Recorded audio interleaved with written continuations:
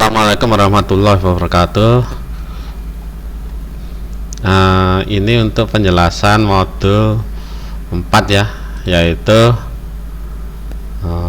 mana ini tadi? Tunggu. Ini ya, pencabangan. Untuk pencabangan bisa juga disebut sebagai pernyataan bersyarat atau penyeleksian. Jadi terjemahannya dalam bahasa Indonesia, pencabangan itu kadang kita sebut sebagai persyaratan atau penyeleksian atau kondisional juga ya, karena kita memilih berdasarkan kondisi tertentu. Silakan Anda baca ini, kemudian Anda tonton ini, kemudian Anda buka yang praktikum ini, terus kemudian nanti kerjakan tugasnya. Untuk modul ini itu pencabangan ya, jadi tujuannya sih untuk praktikum. Seperti biasa untuk mengerjakan praktikum ini ya, Anda baca ini sama tonton ini dulu ya, yang ini baru Anda kerjakan ini. Jadi Anda sudah tahu sih sebenarnya konsep pencabangan seperti apa. Terus kemudian nanti setelah Anda praktikum ini ya, Anda tahu kegunaannya pencabangan ini untuk apa sih gitu. Pencabangan keywordnya di dalam C itu adalah if, kemudian ada if else, dan kemudian nested if else itu adalah if else di dalam if else di dalam if else. Nantilah kita pelajari.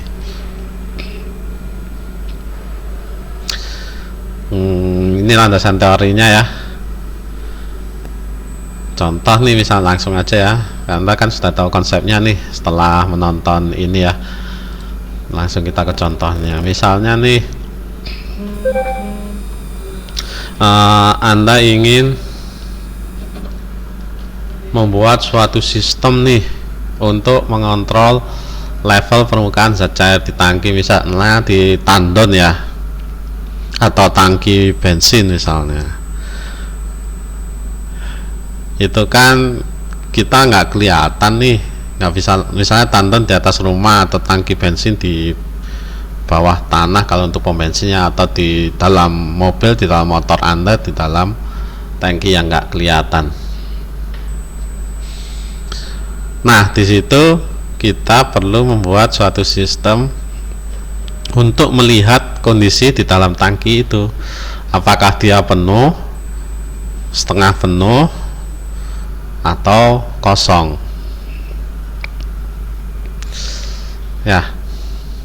Terus kemudian apabila kosong, maka sistem akan mengisi secara otomatis nih tandonnya misalnya ya, kan tandon di atas tuh. Nah, di situ kita membuat suatu penyeleksian atau kondisi ya. Jika tandonnya kosong, maka keran air menyala gitu ya. Jika tandonnya penuh, maka keran air mati, ditutup, kan gitu ya. Itu adalah pencabangan, dan pencabangan ini ya banyak sekali kita gunakan di dalam kehidupan kita juga ya, bukan hanya di dalam program. Jika hujan, maka bawa payung ya sebelum keluar rumah nih, kan gitu. Jika tidak hujan ya tidak usah bawa payung.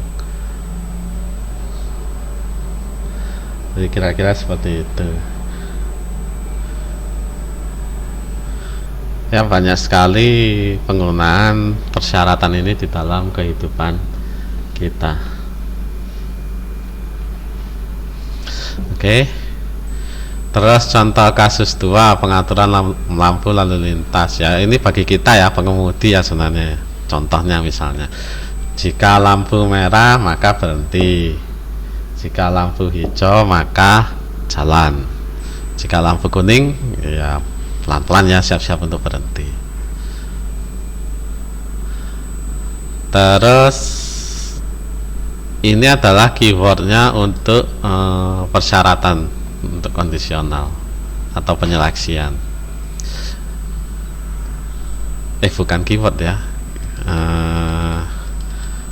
apa itu namanya di pseudocode ya, jika maka kalau dalam bahasa Indonesia. Tapi di keywordnya di C itu jika kita cuma pakai menggunakan if. Ini pseudocode ya. Ya sama sih seperti desain juga, kalau kita menggunakan flowchart kadang kita menggunakan pseudocode. Jika kondisi tertentu terpenuhi, maka kita ngapain nih, itu ya statementnya. Terus ada juga jika, maka, dan jika tidak, else. Itu artinya jika kondisi terpenuhi maka kita mengerjakan yang ini, jika tidak terpenuhi maka kita mengerjakan yang ini. Kira-kira seperti itu. Penggunaan else. Terus apalagi ini sama ya, kalau di C kita di programnya itu kita tidak memakai then. Ini kan jika maka ya, untuk supaya mudah dipahami dalam bahasa manusia. Sedangkan di dalam bahasa C kita langsung aja semua yang dikerjakan apabila kondisi ini terpenuhi ya. Jika hujan maka yang dikerjakan adalah ini semua, atau jika lampu merah maka yang dikerjakan ini semua. Oke. Atau nilai Anda ya, jika nilai Anda di atas 85 maka Anda akan mendapatkan A ya. Jika di bawah 85 dan di atas 80 Anda mendapatkan A minus misalnya. Itu ya. Jadi yang dikerjakan di dalam kondisi yang terpenuhi atau benar ya, atau true, itu diletakkan di dalam kurung kurawal. Jika tidak, sama ya, ini diletakkan di dalam kurung kurawal. Ini harusnya sih ada kurung kurawal buka ya di sini. Buka, tutup. Terus kemudian nested ya, yang tadi ya, di dalam if ada if. Jadi kira-kira seperti ini. Jika kondisi 1 terpenuhi, kemudian kita cek lagi nih kondisi berikutnya, kondisi 2 terpenuhi, baru kita kerjakan semua yang ada di dalam kurung kurawal. Oke, itu disebut dengan nested.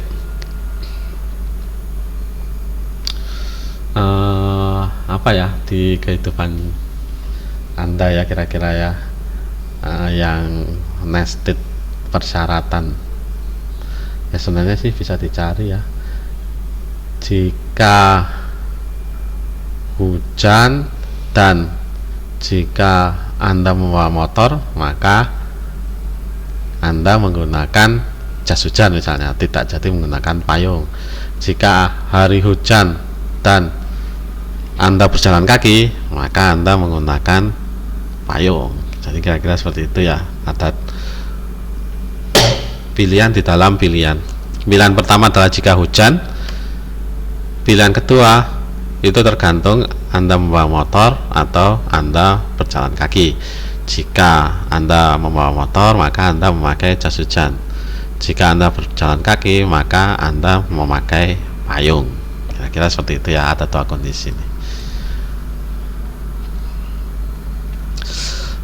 Terus jika tidak juga bisa ya, di dalamnya ada. Jadi di sini ada 4 kondisi nih. Jadi sebenarnya sih bisa banyak sekali ya kondisinya ya. If di dalam if, di dalam if, di dalam if, dan seterusnya. Apabila kondisi Anda banyak, maka nested Anda banyak. Oke. Ini silakan Anda baca-baca lagi kalau masih belum jelas. Nah, kemudian praktikumnya. Praktikum Anda bisa pakai code block seperti biasa. Anda juga bisa pakai, kalau di Android ya, Anda bisa pakai apa itu CXX seperti biasa juga. Jadi tidak harus di depan komputer.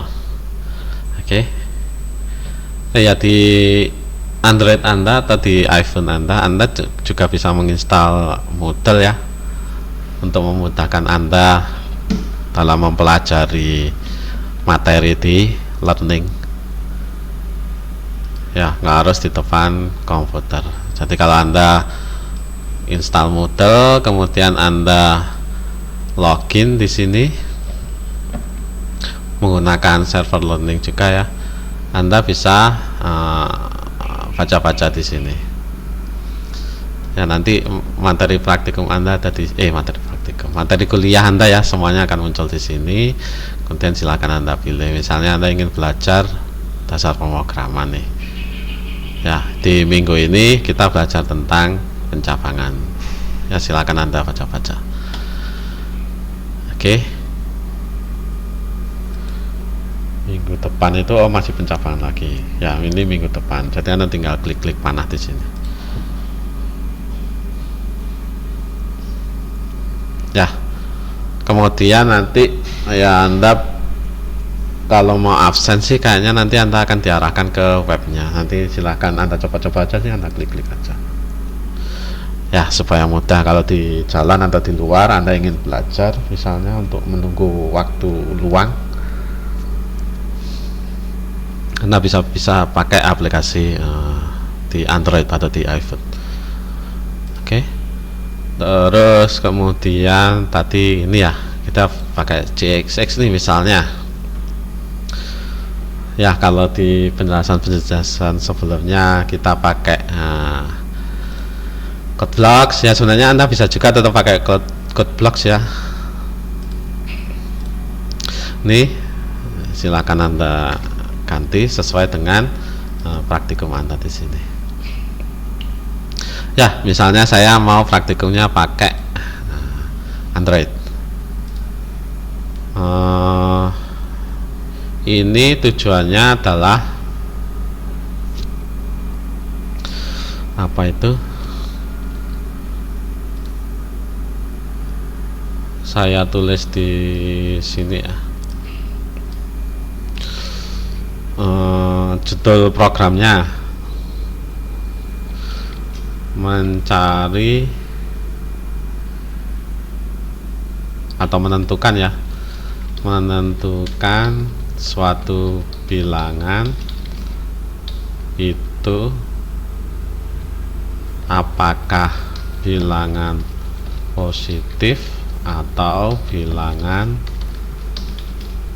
negatif. Oke. Jadi kira-kira itu adalah kebutuhan dari user requirement. Jadi si usernya itu minta, atau misalnya bos Anda minta buat program untuk menentukan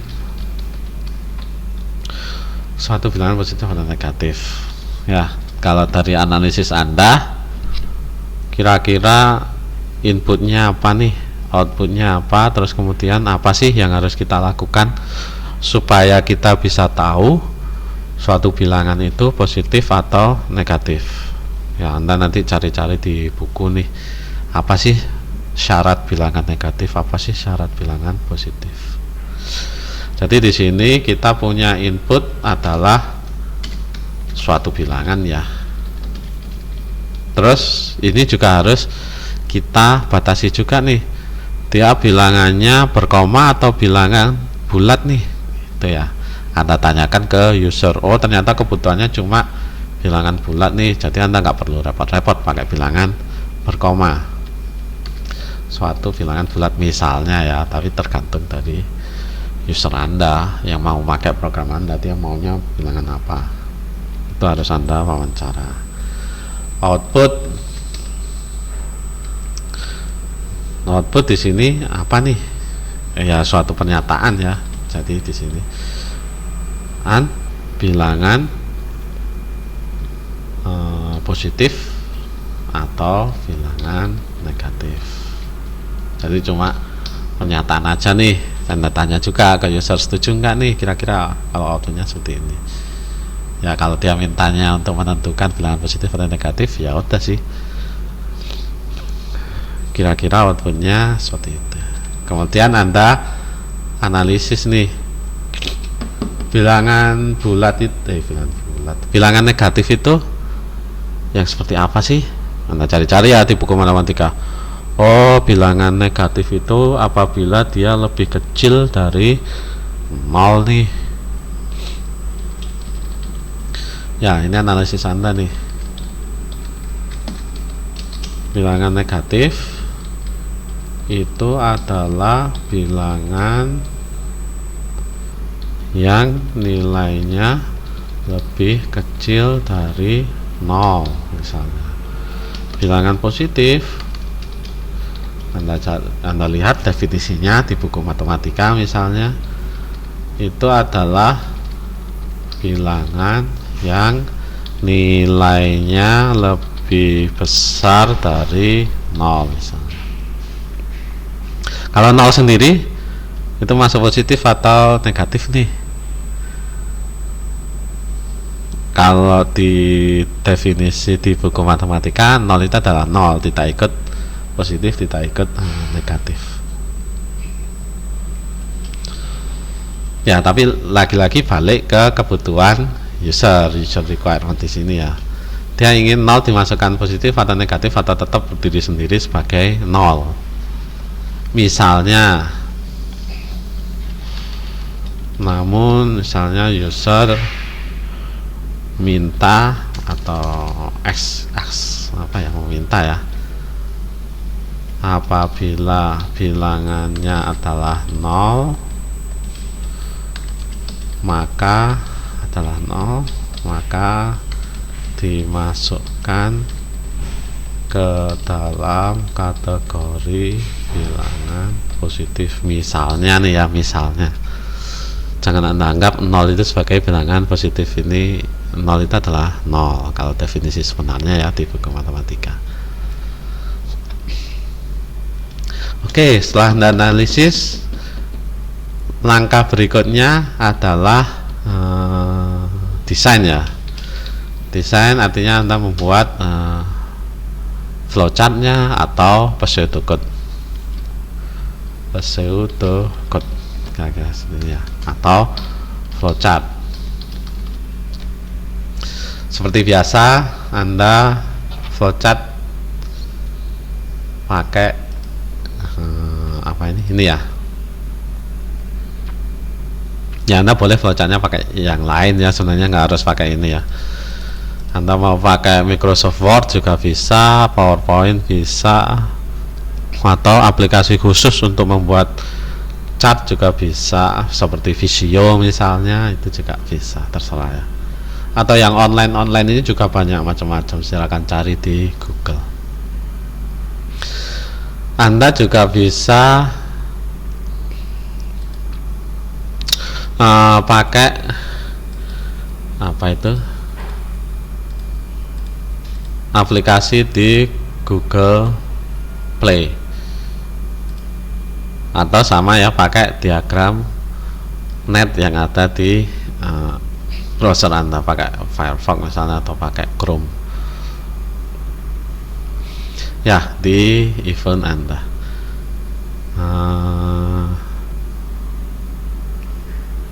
Tadi apa tadi desain kita, lupa. Oh, ini ya, menentukan apakah bilangan positif atau negatif. Kita buat desainnya nih. Kita mulai dari start. Ini ya. Oke, ini susah ini kasetnya nih. Atau nggak usah digeser lah ya.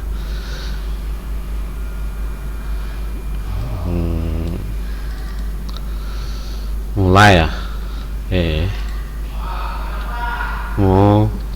Y. Terus tadi di desain kita butuh input nih suatu bilangan. Dalam hal ini sesuai dengan user requirement, bilangannya adalah bilangan bulat.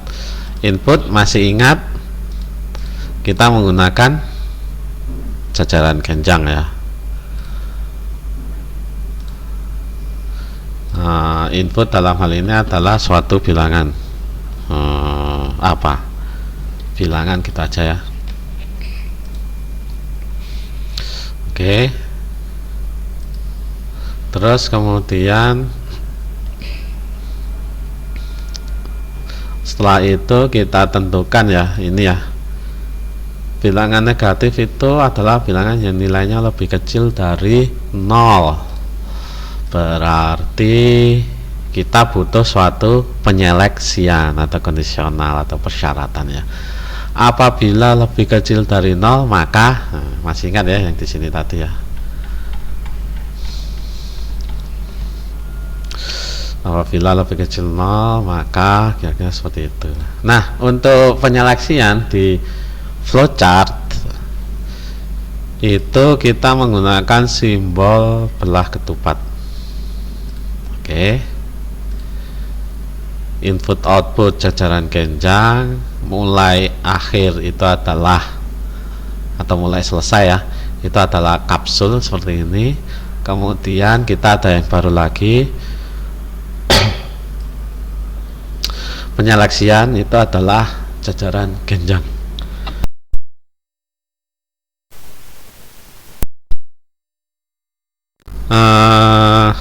Di sini tadi penyeleksiannya itu adalah lebih kecil dari 0 atau lebih besar dari 0 ya.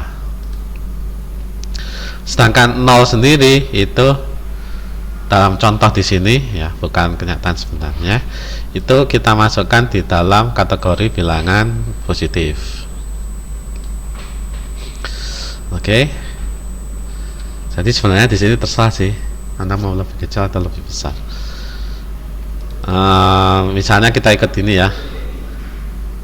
Bilangan negatif, bilangan yang nilainya lebih kecil dari 0. Jadi apabila supaya ini pendek, ini bilangan kita nyatakan dalam variabel A misalnya ya.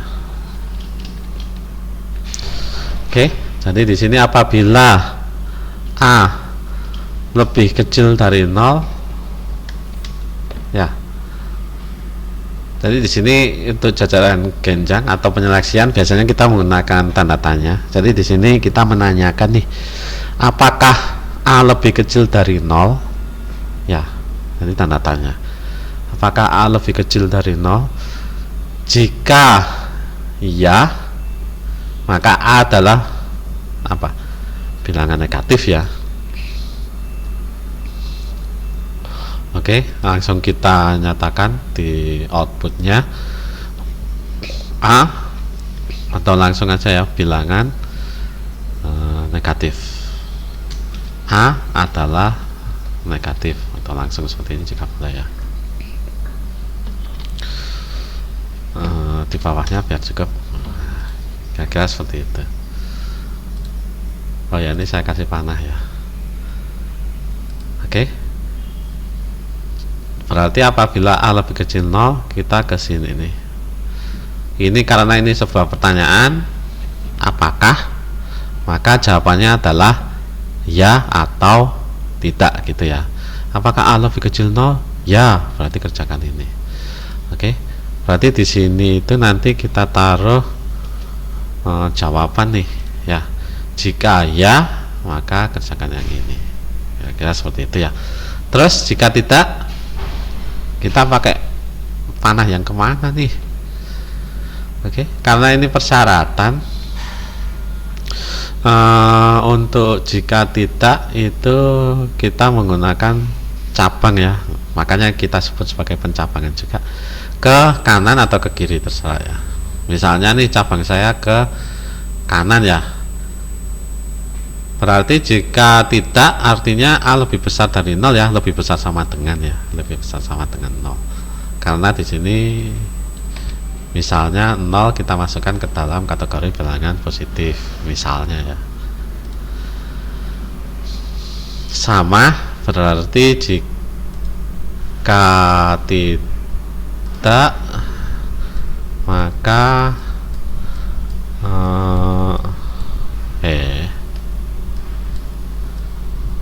saya taruh di sini aja ya, misalnya Anda boleh juga taruh di bawahnya sini juga boleh, nggak salah. Ini tadi apa? A adalah bilangan positif gitu ya. A adalah positif biar cukup ya, supaya konsisten. Nah, kira-kira seperti itu. Oke, ini apabila jika tidak. Kemudian setelah itu udah ya, selesai ya.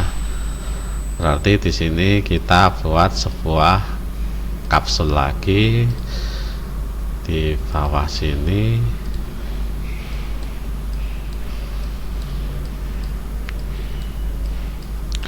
Untuk menyatakan bahwa flowchartnya sudah selesai. Ini kenapa ya di sini? Ini saya hapus, ini saya hapus. Ini di sini ya, ini adalah ya. Ini berarti tidak ya. Saya tulis lengkap ini. Oke. Apakah A lebih kecil 0? Ya, maka A adalah negatif. Jika tidak, artinya A lebih besar sama dengan 0, berarti A adalah positif. Kemudian ini itu selesai.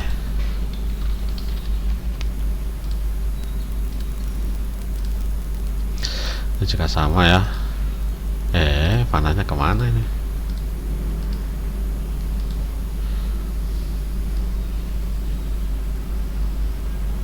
Harusnya sih ke selesai sini ya.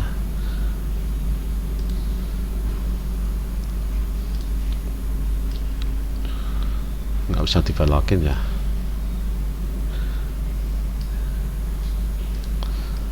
Atau ini selesainya saya gedenya. Nanti silakan dicari sendiri ya apa itu. Untuk belokin panahnya.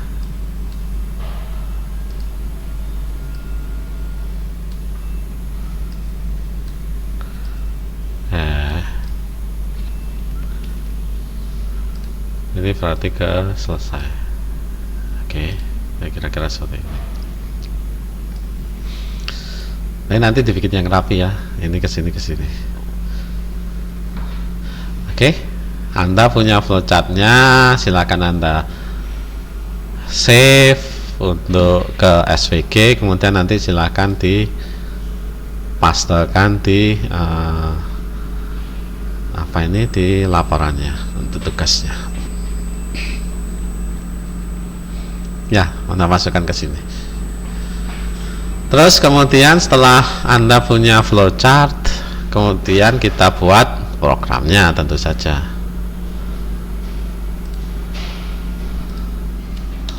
Oke, Anda bikin source code-nya, Anda bikin programnya. Kemudian nanti Anda tes. Kalau ada yang error, ya berarti Anda cek di sininya ya, source code-nya apakah sudah mengikuti flowchart-nya, atau kalau memang errornya adalah error bukan error sintaks ya, error logika, maka Anda harus mulai dari analisis lagi ya, dan flowchart-nya apakah memang ada yang salah di analisis atau flowchart Anda apabila program tidak sesuai dengan keinginan kita, keinginan dari user requirement. Oke, kita buat source code-nya ya dari flowchart ini. Ya, untuk programnya kita pakai ini misalnya ya. Defaultnya seperti ini. Anda boleh seperti biasa Anda ganti menjadi yang void gini ya, seperti contoh di program-program kita. Anda boleh tetap menggunakan template yang sama, hanya saja karena ini non integer, Anda nanti butuh return. Ya, return terserah angka berapapun, misalnya 0. Kira-kira seperti ini untuk templatenya yang pakai JXX Droid.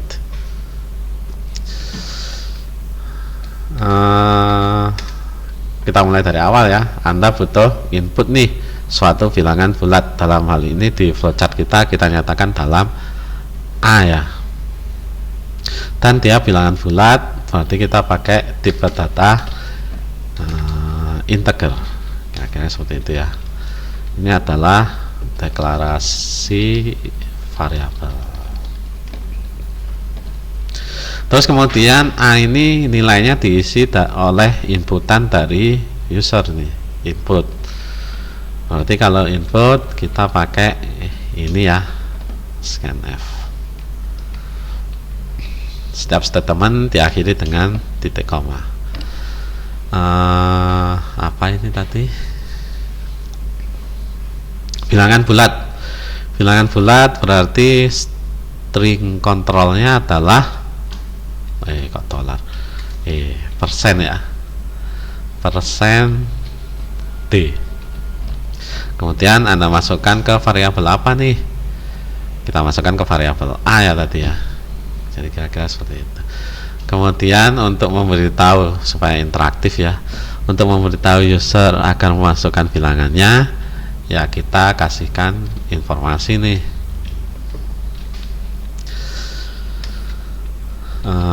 Masukkan bilangan misalnya.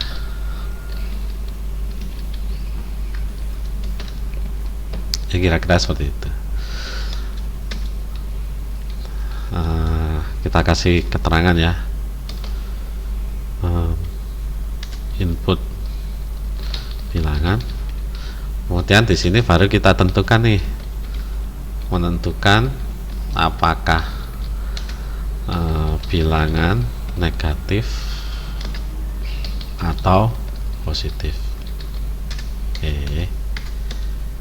Gini ya. Tadi di flowchart kita pakai penyeleksian ya. Kita sudah punya bilangan A. Kita tentukan di sini nih, apakah A lebih kecil 0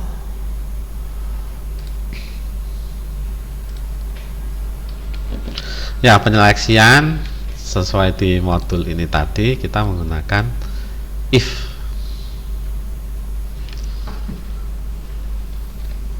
Ya, jika A lebih kecil dari 0, maka kita menggunakan kurung kurawal di sini. Biasakan ya, setelah membuka kurung kurawal langsung Anda tutup supaya tidak kelupaan, tidak kelewatan.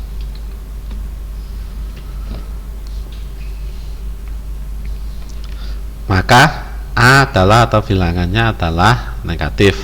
Kita kasih pernyataan ya, berarti di sini kita tinggal gunakan aja printf. Ya, bilangan negatif misalnya. Terus jika tidak, artinya nilai A lebih besar dari 0, lebih besar sama dengan ya dari 0, maka dia adalah bilangan positif nih. Berarti jika tidak, kita menggunakan else. Biasakan langsung Anda tutup. Jika tidak, berarti ini juga ya, biasakan langsung memberikan titik koma supaya tidak kelupaan. Bilangan positif. Ya, kira-kira seperti itu ya.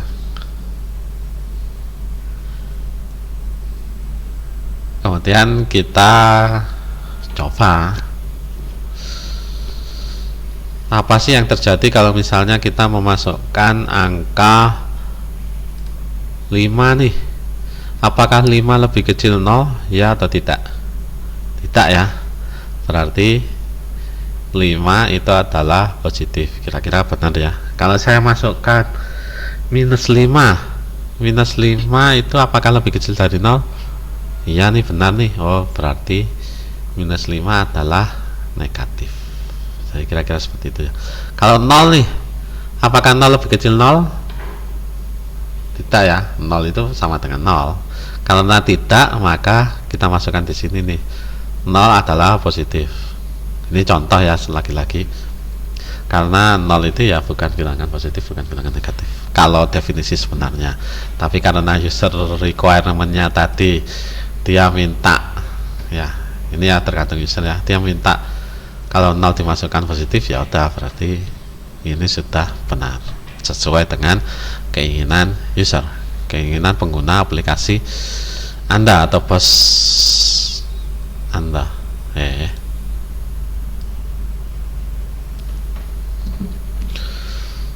Atau klien Anda ya, nggak harus pasti klien Anda. Kemudian tadi apa tadi? Oh ya, Anda udah bikin program, Anda sudah menjalankan algoritmanya secara logika, baru kita tes programnya nih benar atau tidak. Kalau kita run, waduh ada yang error nih. Printf undeclare, berarti kita harus declare terlebih dahulu. Declare berarti pernyataan ya. Printf itu ada deklarasinya ya, itu ada di dalam stdio. Berarti kita harus include stdio. Itu ya. Demikian juga scanf itu ada di dalam stdio, standard input output. Kita coba lagi ya. Ini ya, kita diminta untuk memasukkan bilangan. Tadi kita coba 5 ya, harusnya sih bilang 5 itu adalah bilangan positif. Oke ya, bilangan positif. Kita coba lagi. Kalau misalnya yang kita masukkan adalah minus 5 ya, enter. Ini ya, enter ya, bilangan negatif. Oke, sejauh ini masih oke nih. Kita coba 0, tadi harusnya sih masuk di bilangan positif ya.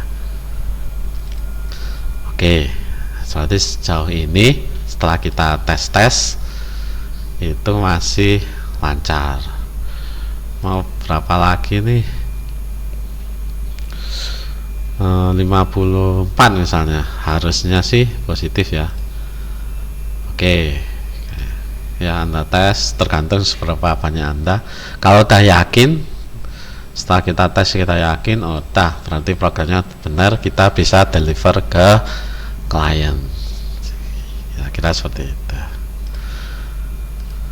Oke.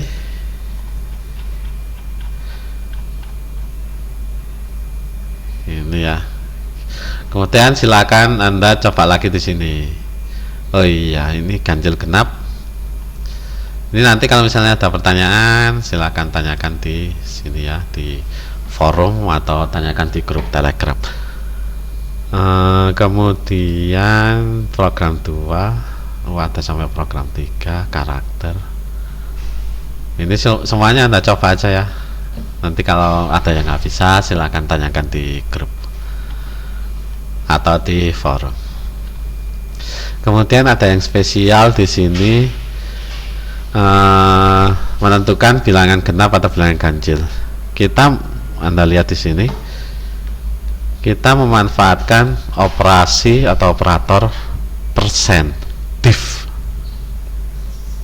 Div ini itu adalah sisa pembagian. Jadi di sini kita melihat nih bilangan genap kan, kalau dianalisis kita ya, itu kan spesial nih. Apabila dia dibagi 2, maka dia pas ya, tidak ada komanya, tidak ada sisa pembagiannya. Artinya sisa pembagiannya adalah 0. Itu bisa kita manfaatkan di sini. Ya, jadi apabila suatu bilangan kita div dengan 2, apabila sisa pembagiannya sama dengan 0, itu dia adalah bilangan genap. Contoh nih, misalnya 4 kita bagi dengan 2, itu kan hasilnya sama dengan 2 dengan sisa 0 ya, berarti 4 adalah bilangan genap. Demikian juga 6, 8, 10 dan seterusnya. 11 nih misalnya, 11 kita bagi dengan 2, itu hasilnya adalah 5,5 nih, nggak pas ya bilangannya ya. Dia sama dengan 5 dengan sisa pembagian adalah 1 ya. Karena dia sisa pembagiannya tidak sama dengan 0 atau 1 dalam hal ini, maka bilangan tersebut adalah bilangan ganjil. Jadi kira-kira seperti itu. Kita bisa memanfaatkan TIF untuk menentukan apakah bilangan ganjil atau genap. Dan lagi-lagi 0 itu adalah ya bilangan 0 sih. Kalau di sini dia akan dianggap sebagai bilangan genap. Terus kemudian apalagi, ini karakter ya. Karakter disimbolkan dengan petik 1. Ini untuk menentukan dia huruf kecil atau huruf besar. Karena di C karakter itu dinyatakan dalam angka sebenarnya. Terus kemudian ini ada yang error ya. Silakan Anda cek, Anda cari errornya apa. Oh, ini Anda belum masuk sih sebenarnya. For ini minggu depan, minggu depannya lagi. Berarti ini nggak usah dikerjakan, nggak usah Anda coba. Ini juga nggak usah Anda coba ya. Ini juga nggak usah Anda coba, masih for semua. Nah, ini silakan Anda coba. Ini untuk menentukan nilai ya. Jadi kita itu untuk menentukan nilai Anda, kita kasih rentang nih. Contoh misalnya nilainya di atas 80, Anda dapat A. Di rentang 70 sampai 80, Anda dapat B. Ini silakan Anda pelajari lebih lanjut nih untuk rentang. Ya, karena di sini Anda menggunakan simbol dan. Ini kita sudahi dulu ya, nanti kepanjangan Anda nonton YouTube-nya. Terus kemudian untuk tugasnya Anda kerjakan ini. Nanti mungkin kalau Anda ada pertanyaan, kita lebih jelaskan yang ini ya di dalam YouTube yang lain. Oke, terima kasih. Assalamualaikum warahmatullahi wabarakatuh.